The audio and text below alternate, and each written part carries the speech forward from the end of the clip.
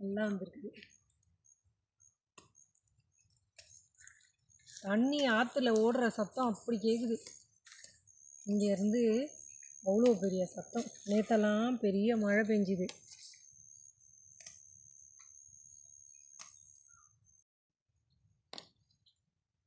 இந்த மாதிரி கீரை எப்பயாவது தான் கிடைக்கும்.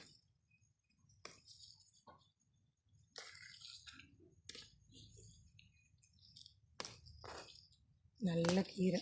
இன்றைக்கி நான் இந்த மணத்தக்காளி கீரையும் பருப்பும் போட்டு செஞ்சுட்டு, இதுக்கு உருளைக்கிழங்கு இல்லைன்னா கத்திரிக்காய் இல்லை கருவாடு தொக்கு அது கூட செஞ்சுக்கலாம். ரொம்ப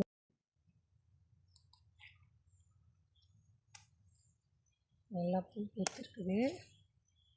தக்காளியும் வரும் அதில். மணத்தக்காளி கீரை சமைச்சு முடிச்சாச்சு. அவ்வளோதான்.